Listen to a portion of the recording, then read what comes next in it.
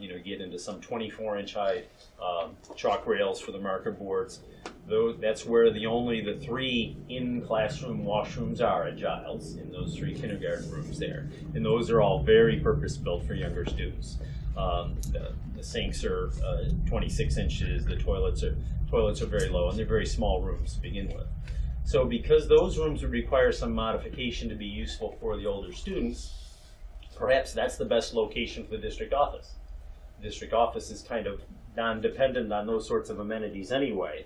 So if we place the district office there, we're kind of addressing the height dimension problem, still giving the district office a location as a direct exit out, or direct access to the public, and you don't have to go through the rest of the building to do that. So the location is pretty attractive there. So we're kind of doing double duty there. So Giles works out pretty good. Modifications at Giles in terms of building is virtually nothing, with the exception of to accommodate the district office. We talked about some of those dimensions. The bathrooms in that northern wing are all adult scale bathrooms. The public washrooms are legitimate, regular adult height, so there's no issues there at all. The only plumbing element that is problematic is the drinking fountains that are in that corridor and then the corridor for the kindergarten wing. Those are all at 24, 25 inches high. Those are very low drinking fountains. Again, plumbing is very expensive. Is it an inconvenience? Absolutely. Is it absolutely necessary to move them up? No. I think the effort and cost to move those drinking fountains up for a non-core necessity, I think would be, I would not recommend spending money to do that. So it's the same thing with Giles as Lee. There's a lot of choices in terms of where grade levels can be. And again, I think driving that to a participatory discussion with teachers and administration to really allocate those things would be ideal. There's certainly other peripheral issues at both buildings. Giles has the story time tiers in the library that wouldn't serve any function there. Some consideration could be made to removing that. Lee, almost the inverse, the lower level athletic lockers downstairs, which certainly leave a lot to be desired, would essentially be abandoned, which could be used for storage. And that applies to both buildings. I think there'll be opportunities of unused spaces that could be used to create some amenities. And again, I think it should be building driven, but you could see grade level storage. I think that'd be a way to kind of help ease some of the pressure on some of the classrooms. You could have some shared grade level storage. You could have pull out small group instructional spaces. I think there's some real choices there, but I really think that should be building driven.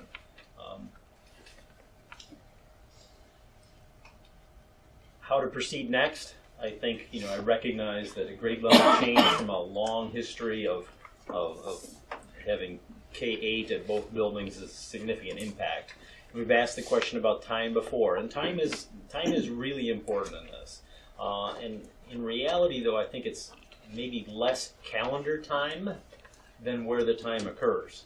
I think that one of the last pages in the report, we did a matrix of categories with tasks that might need to be done.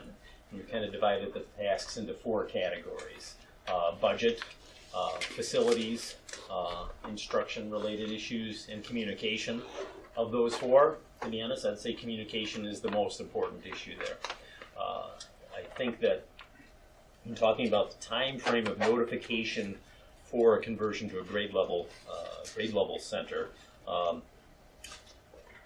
think the key thing is to have the decision, the commitment to it, and some time while students and teachers are still in session. So during semester time is infinitely more valuable than summer school time, because part of group understanding is, students can talk to each other about, what does this mean? How do you feel about going over to Lee? That, the connections just aren't as strong and aren't as broad in the summer as they are during semester.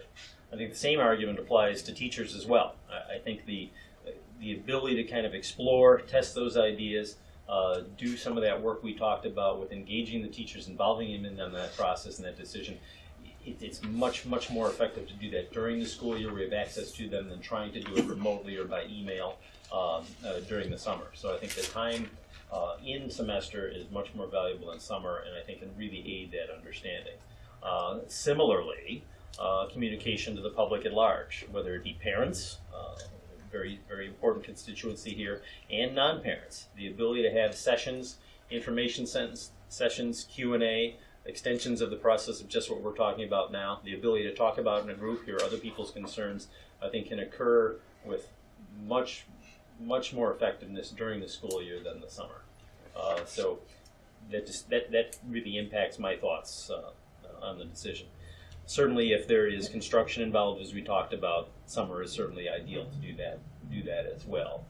That's almost the inverse argument to the communication. But I don't think you can communicate too much. I think all the issues you normally experience, traffic a classic one. I mean, even something simple as having traffic run-throughs for the people who will be making the transition from Giles to Lee in the reverse is super important.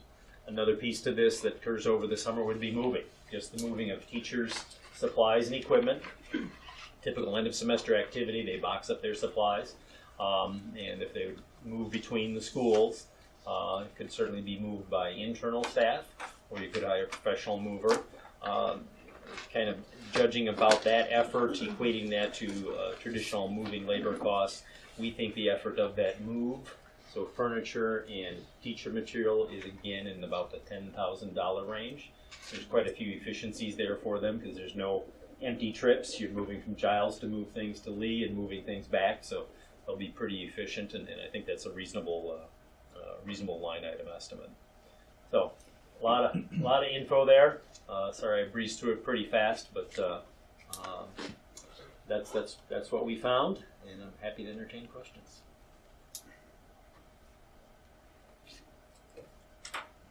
Questions from the board?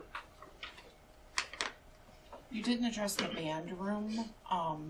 The band room at Lee is bigger and has better acoustics, from what I understand, than the one at Giles. And by moving the grade centers the way that you are recommending, how do you address that and the costs associated with that? That was really when I started the phrase of there's always elements you wish were at one building were at the other, and that's really the poster child for that. That was really the one, and there's others as well, but that's the one that really jumps out at you. And that's probably one of the largest compromises. You know, there is a band room at Giles. It is not as big. It is not as nice. We haven't currently budgeted money for that. Certainly could be done. That's an improvement I would recommend. I think there is a possibility to relatively modestly increase the size slightly, but I don't think you can get it to the scale of replicating it to Lee. We looked at that when we were doing some of our other projects earlier, other studies, and we looked at spaces in there where we could kind of mate up with the Lee band room, and it really couldn't be done. In all of our renovation and addition schemes prior, always had a new band room to create that capacity. So that is a distinct compromise. You're 100% right about that. And what about the lunchrooms? It's my understanding that the lunchroom at Giles is significantly smaller than the one at Lee. How is that going to be addressed so that there's enough room? Size differential isn't very big. There's a slight difference there. To be honest, it's more of a flow issue than a raw capacity issue with your lunch service. Again, it kind of gets a little bit to scheduling. Traditionally, scheduling at the junior high and middle school level is more challenging than it is at the K-4 level. So I think we'd have to look at that pretty closely. Cafeteria scheduling time is really the tyrant there. You need to be reasonable for the students to be able to get lunch in a reasonable manner, have enough time to eat it, and still have enough opportunities for recreation. So we're not posing any changes to that. I mean, here's where it's a little bit of a blessing that you have a relatively straightforward and simple food program. So your speed of access to lunch is relatively high. If it was more of a hot food setup, it would be a significant problem. I mean, it was something that would drive you to into multiple lunch periods and things like that. But I don't envision that in this case. But I think we do really need to look at schedule as. I have one more. Is that okay? The last question is, did you at all examine the traffic patterns before and after school, drop off and pick up between the two schools, and how horrific it is now. It is, And no argument there. changing to grade centers, how that will be impacted as well. Yeah, we certainly looked at it before and kind of thought this through a little bit. And again, a lot of interpretation here. You know, you don't really know until you run through it. But one thing that did seem to make sense in talking to our traffic consultant is the alignment of Lee with Park District, the alignment of Giles with the high school. Statistically, and again, not for your specific statistics, but the likelihood of more younger students being in the Park District program and K4 at Lee is higher than the older students. Again, we're talking percentages. Yeah. It's not a huge difference. The inverse is also true. The likelihood of older students in the middle school level having siblings that are in the high school is slightly higher too. So by pure demographic probability, it should reduce the traffic slightly at both. But I think the bigger issue here that relates to your point is it's new. You'll have people coming to Lee who don't currently go to Lee. You'll have people going to Giles who don't currently go to Giles. So I really do think the district has done this before, which I think is really good. Have discussions with the municipality, the police, run through that.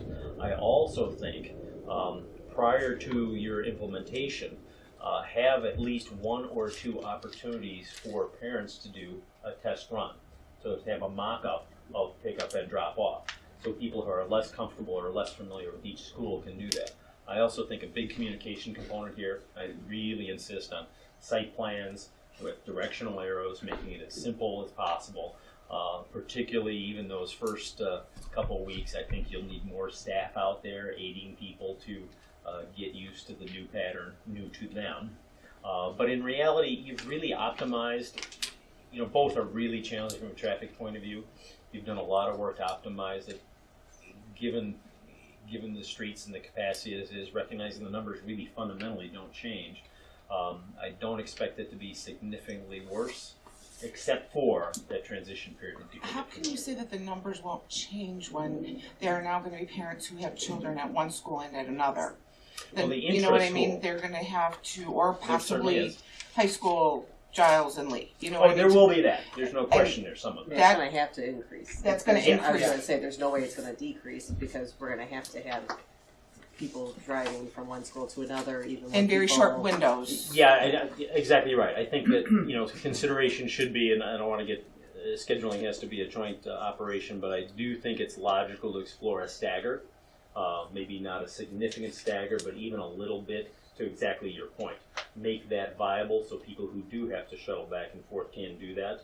I think that's really Well, it important. would have to be more than just a slight variation because, I mean, I picked my son up at the high school and I was stuck in, I parked in Yeah, it's by a 5 function of their cars. traffic as well. You know what I mean? Yeah. So it took, once he was in the car, it took 10 minutes to get out of that parking Totally lot, believe it. and then another 10 minutes to navigate my way over here to pick up Right. my other son. So we're not talking a slight difference. I mean, it could be as much as 20 minutes. I can see that, yes. I don't think Okay. you're too far off. I think that's something that needs to be studied a little bit. But you It's didn't very- get into all of that with, I mean, in Denny. Haven't ran those numbers yet, and again, Okay. part of this, just as you say, is interaction with the high school. So Okay. really understanding their numbers would impact. Yeah, you, we- and I think we can get pretty close. Two things that could be said to that. So, number one, it's incredibly expensive to do a traffic study. Yeah, It could really. be incredibly expensive. And, you know, school districts, we do not excel in traffic patterns. We don't do that. You're not alone. That would be the last thing that we would be involved in. If anything, we are going to be expected to work with our municipality in looking for ways that we can have better flows of traffic. For example, I know Chief Joe, or Chief, Disselhorse now. no, prior to Oh. Disselhorst, it was Chief Joe, Yeah. correct? Correct. So John and I met at the beginning of the year when I started, and we talked about the traffic around Giles and Lee specifically. And one of the things we did to mitigate that is well in advance, we sent out a Facebook post, and we had a map actually drawn out where parents can be reminded this is the expectation you are to follow around Giles and Lee.